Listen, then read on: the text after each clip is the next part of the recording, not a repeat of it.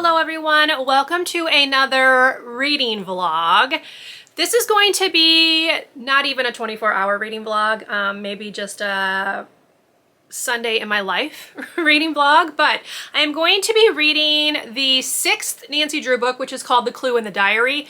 I was supposed to read this, no, this is the 7th, I'm sorry, the 7th Nancy Drew book, which I was supposed to read in July because I had set a goal to read one Nancy Drew book each month this year, and I fell behind in June and I'm still trying to catch up. So it is Sunday, August 14th, and we're gonna tackle the 7th Nancy Drew book because later in this month I want to read the 8th one to actually get back on track. So this one is called The Clue in the Diary. It says, let's see if we've got, here we go. Nancy and her friends George and Bess are returning from a country carnival when they witness the explosion and burning of a beautiful country mansion. Fearing its occupants may be trapped in the blazing building, they rush to the rescue and unexpectedly find themselves confronted with a mystery that seems to be insolvable. Yeah, so anyway, that's what we're gonna be reading. So I'm gonna be taking this in like chunks of 30 minutes. This is not gonna take me very long to read. These read pretty quickly, but I figure I can set like 30-minute little timers, do some reading, come back and chat with you about it. I have some other things that I need to do today. I need to hang up laundry. I need to get all of the goodies that people sent me off of my classroom wish list, my Amazon classroom wish list, packed up so I can take to school tomorrow. If you would like to also donate, that link is down below.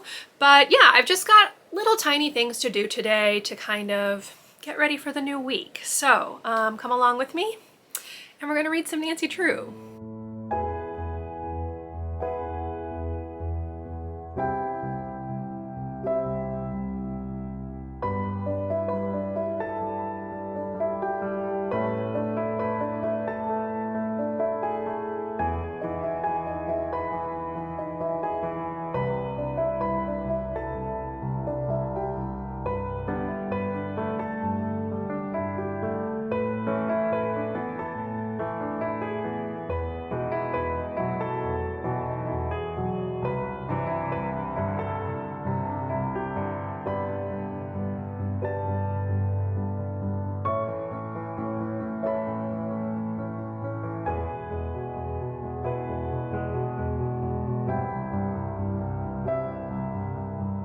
Hello y'all, reading check-in. So I'm about halfway through The Clue in the Diary. So I think I've got a pretty good grasp on what's happening here. So in typical Nancy Drew form, you have two mysteries that start off unrelated and then typically like come together by the end. That's just how all of the books that I've read so far and that I remember reading in the past, because these are pretty much rereads, even if I've forgotten like a lot of the specifics about them. But that's how they're all structured. So in this story, we have Nancy and George and Bess, who are her two friends. And as they're driving, as I mentioned in the synopsis, as they're driving home from like a carnival, they witness this house explode. Nancy, of course, goes running up to see if she can assist anyone who may have been in the house, and she sees like a man like skulking about outside. It turns out that this man is related to like a family that she and the girls had met at the carnival, and we have basically what I think is amounting to a very rich man who was stealing ideas from various inventors, promising them that he would then go and get the patents for these inventions under the inventors' names, but instead was actually putting them under his own name. So he was like making all of this money and the inventors were getting nothing. So I think what we've got going on is that the man skulking about outside the home is one of the inventors, and of course it's setting up to make it look like he's responsible for the explosion, but my guess is that he's actually being framed. So we'll see how it all works out. But I am currently on page 88, and there are 174 pages. So I have this much left. We'll definitely crank it out tonight. I did take a break. I watched Becca's announcement for next month's Bookoplathon, Readathon, which I'm very excited about. And I watched a little bit of the Cardinals baseball game. I had a YouTube video to film, so that's been what I've done. I just got done packing up the things that came in the mail from my wish list so that I can take those into school tomorrow. I picked out my outfit for kindergarten orientation because I'm assuming we'll need to be dressed nice. So I've got that picked out, ready to go.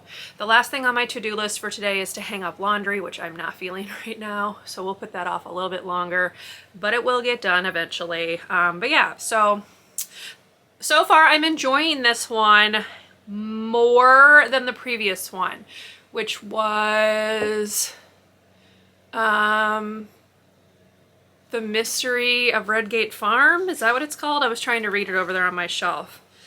The Secret of Redgate Farm. I didn't like that one nearly as much as I'm liking this one. So that's good. I am enjoying this. I give all of these right about 3 stars. The one that I didn't like quite as much that I read last month, I gave 2.5. But they're nothing spectacular, but they're just a good, like, nostalgic trip back in time, if you will. So yeah, that's where we are right now. I'm enjoying it. I'm curious to see how things are going to come together because we are pretty much in that part of the book. Like, they're going to have to start figuring everything out pretty quickly here. And yeah, I will come back and chat with you once I have probably finished the book, and then I will give you overall thoughts and ratings. So stay tuned for that.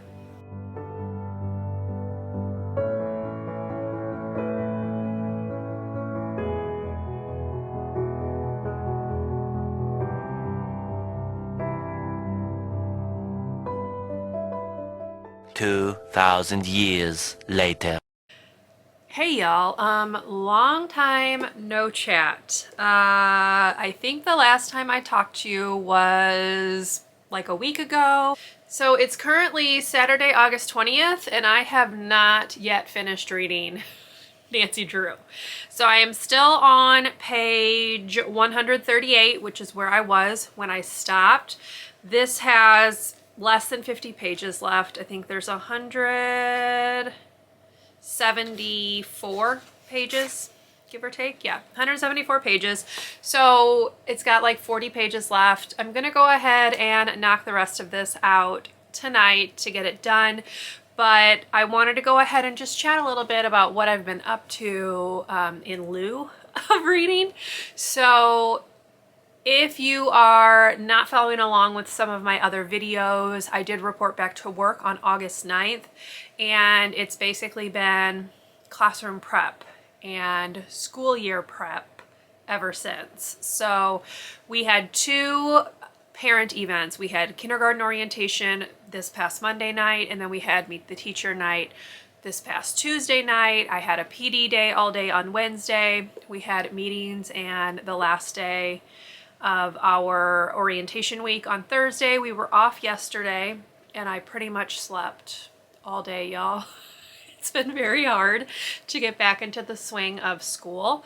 So I just chilled and relaxed yesterday. And then today, Saturday, I decided it was time to get myself together because school starts on Monday. So I'm gonna go ahead and insert some clips right here of a couple of the things that I've been working on today. So here's that.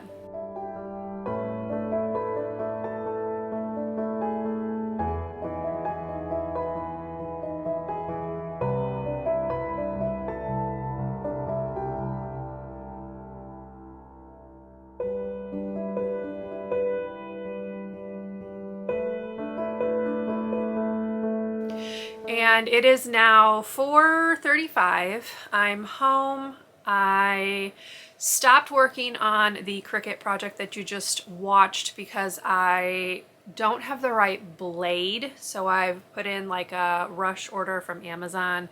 It's supposed to be here tomorrow morning between 7 and 11, so I can finish that project because I am cutting out numbers to put on my students' water bottles this year, because I went and I just got everyone like the same general type of water bottle, and that's how we're going to do those this year. So I'm wanting to label those with their numbers so they don't get them mixed up. I also have some other school stuff to do. I need to cut out my schedule cards and get magnets on the back of them, and I need to laminate a couple of things that I made yesterday. So I made some labels for our glue sponges, and I made little labels for their hooks so that they know where to hang their backpacks and stuff. So I need to get that all done as well. I also have a giant pile of laundry over here to put away. I feel like that's like a never-ending project. But yeah, so that's what I've got to do today, because my hope is that tomorrow can just be like a chill day. So I did my grocery shopping, all that. Tomorrow I will be getting my outfit ready for the first day. I already know what I'm wearing, but I want to make sure it's like ironed or steamed or whatever. And then I need to prep my lunch and my breakfast for tomorrow so that I don't have to do that in the morning. But other than that, we are pretty much good to go, and it's been a lot of work to get there, but I'm happy that we're almost there, y'all. I got to meet 10 of my 18 students between Monday and Tuesday, so that was pretty exciting. And yeah, new school year in 2 days. It's crazy. Anyway, so I am going to go ahead and finish reading this. I think the last time I left off, I think I talked about how I was feeling. So basically, I kind of have a feeling I know where this is going. I don't know if I said that the last time. I'm sorry if I did. But I kind of have a feeling I know where this is going. So we'll see if that plays out and is correct. But it's definitely been a few more moving pieces than you typically see in a Nancy Drew book, which has made this one a little bit more intriguing. And I'm just curious to see how it's going to end. So it's time to get going on this and actually finish the book. This will be the 5th book that I've read this month. I also started listening to Sharp Objects by Gillian Flynn. I'm not very far into this. I am on page 47. So while I'm cutting up my schedule cards, I think I'm going to listen to a bit more of this, hopefully get to maybe page 100. And then because I listen to about 50 pages every morning, I should have this done by Wednesday. So we will see. This is my pick for the buzzword challenge. If you're unfamiliar, the buzzword was object in the title, and this literally has the word objects in the title. So this is also on my 22 books to read in 2022 list. So happy to get this one crossed off. I'm not sure what I think about it so far, but we'll see. It's still trying to like set things up. But anyway, that's going to be the plan. Finish this, listen to more of this, and then I will come back on and chat with you and let you know my final thoughts on Nancy Drew. This is The Clue in the Diary. So let's get to it.